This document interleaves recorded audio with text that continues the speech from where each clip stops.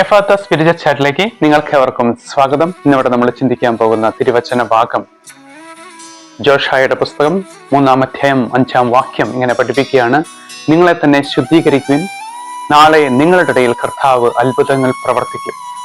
നമുക്ക് ഈ വചനം ഉറക്കെ ഏറ്റുപറയാം.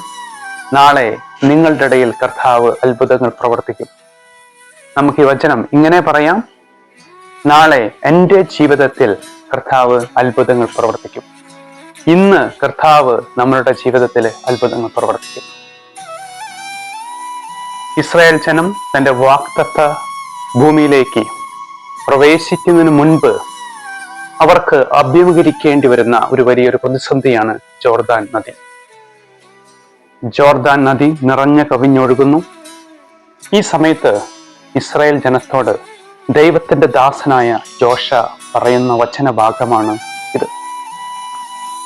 ജോഷ ജനത്തോട് ആവശ്യപ്പെടുകയാണ്: നിങ്ങളെ തന്നെ ശുദ്ധീകരിക്കുവിൻ, എന്നാലാണ് കർത്താവിന് നിങ്ങളിൽ അത്ഭുതങ്ങൾ പ്രവർത്തിക്കാനായിട്ട് സാധിക്കുകയുള്ളൂ. കർത്താവ് നമ്മുടെ ജീവിതത്തിൽ അത്ഭുതങ്ങൾ പ്രവർത്തിക്കണമെങ്കിൽ നമ്മൾ തന്നെ ഒരുങ്ങി കർത്താവിനെ സ്വീകരിക്കാൻ യോഗ്യതയുള്ളവരായിരിക്കണം എന്ന് മോശ ഓർമ്മപ്പെടുത്തുകയാണ്. ശുദ്ധീകരണം, ആത്മീയമായ ശുദ്ധീകരണം എൻ്റെയും നിങ്ങളുടെയും ജീവിതത്തിൽ ഒഴിച്ചുകൂടാൻ പറ്റാത്ത ഒന്നാണ്. ഒരു ചിത്രകാരൻ തൻ്റെ മനസ്സിലെ ഭാവന ഒരു ക്യാൻവാസിൽ പകർത്തുവാനായിട്ട് ഒരുങ്ങുകയാണ്. അദ്ദേഹം തൻ്റെ ചായക്കൂട്ടുകളും ബ്രഷുകളും പരിശോധിച്ചു നോക്കി. ചായം കൂട്ടുന്ന ട്രേ വളരെ വികൃതമായിരിക്കുന്നു. അതുപോലെ പഴയ ബ്രഷുകൾ ചായങ്ങളെ കൊണ്ട് നിറഞ്ഞ് പണ്ടുപയോഗിച്ചിരുന്ന ചായങ്ങൾ കട്ടപിടിച്ച് ബ്രഷിന്റെ നാരുകൾ ഒട്ടിച്ചേർന്നിരിക്കുന്നു, വികൃതമായിരിക്കുന്നു. അദ്ദേഹം ചിന്തിച്ചു, ഈ ബ്രഷുകൾ കഴുകി വൃത്തിയാക്കാതെ, ഈ ട്രേ കഴുകി വൃത്തിയാക്കാതെ ഞാൻ ഒരു പുതിയ സൃഷ്ടിയിലേക്ക് പ്രവേശിക്കുകയാണെങ്കിൽ ഞാൻ ഉദ്ദേശിക്കുന്ന രീതിയിൽ അത് പൂർത്തീകരിക്കുവാനായിട്ട് സാധിക്കുകയില്ല. അദ്ദേഹം തൻ്റെ ബ്രഷുകൾ കഴുകി വൃത്തിയാക്കുന്നു. ചായം കൂട്ടുന്ന ട്രേ കഴുകി വൃത്തിയാക്കി അദ്ദേഹം തൻ്റെ മനസ്സിലെ ആ ചിത്രം പൂർത്തീകരിക്കുന്നു. ബ്രഷുകൾ കഴുകി വൃത്തിയാക്കിയപ്പോൾ ബ്രഷിന്റെ നാരുകൾക്ക് ആ ചിത്രകാരൻ ഉദ്ദേശിക്കുന്നത് പോലെ ക്യാൻവാസിൽ ചിത്രങ്ങൾ, ചായങ്ങൾ കൊടുക്കുവാനായിട്ട് സാധിച്ചു. ഇതുപോലെ തന്നെയാണ് എൻ്റെയും നിങ്ങളുടെയും ജീവിതം. നമ്മളുടെ ജീവിതം പല രീതിയിലുള്ള ചെറുതും വലുതുമായ തിന്മകളെ കൊണ്ട്, കെട്ടപ്പെടലുകളെ കൊണ്ട് കൂട്ടിക്കെട്ടിയിരിക്കുമ്പോൾ ദൈവത്തിന് നമ്മളുടെ ഇടയിൽ പ്രവർത്തിക്കാനായിട്ട് സാധിക്കാതെ വരുന്നു.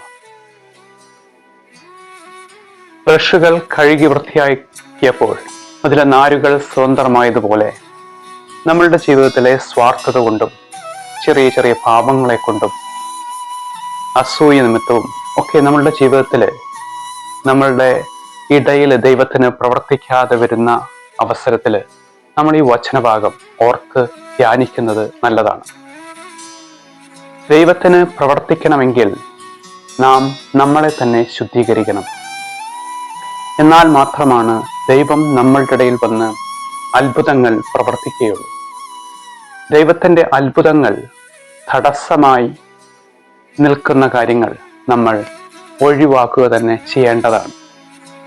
നമ്മൾ പലപ്പോഴും ആകുലപ്പെടാറുണ്ട്. ഞാൻ എത്രയധികം പ്രാർത്ഥിക്കുന്നു, ഞാൻ എത്ര നാളായി ഒരു കാര്യം ആവശ്യപ്പെടുന്നു ദൈവത്തിനോട്, ദൈവം എന്താണ് എനിക്കത് സാധിച്ചു തരാത്തത്?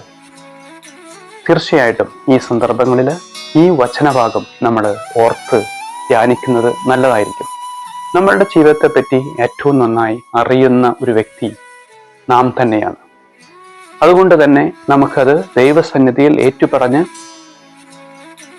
നമ്മളെ തന്നെ ശുദ്ധീകരിക്കുക നമുക്ക് ചെയ്യാൻ പറ്റുന്ന ഒരു കാര്യം തന്നെയാണ്. ഈശോയുടെ തന്നെ വാക്കായ എഫാത്ത നുറക്കെ പറഞ്ഞുകൊണ്ട് വേറൊരു ചിന്തയുമായിട്ട് നമുക്ക് കാണാം. എഫാത്ത.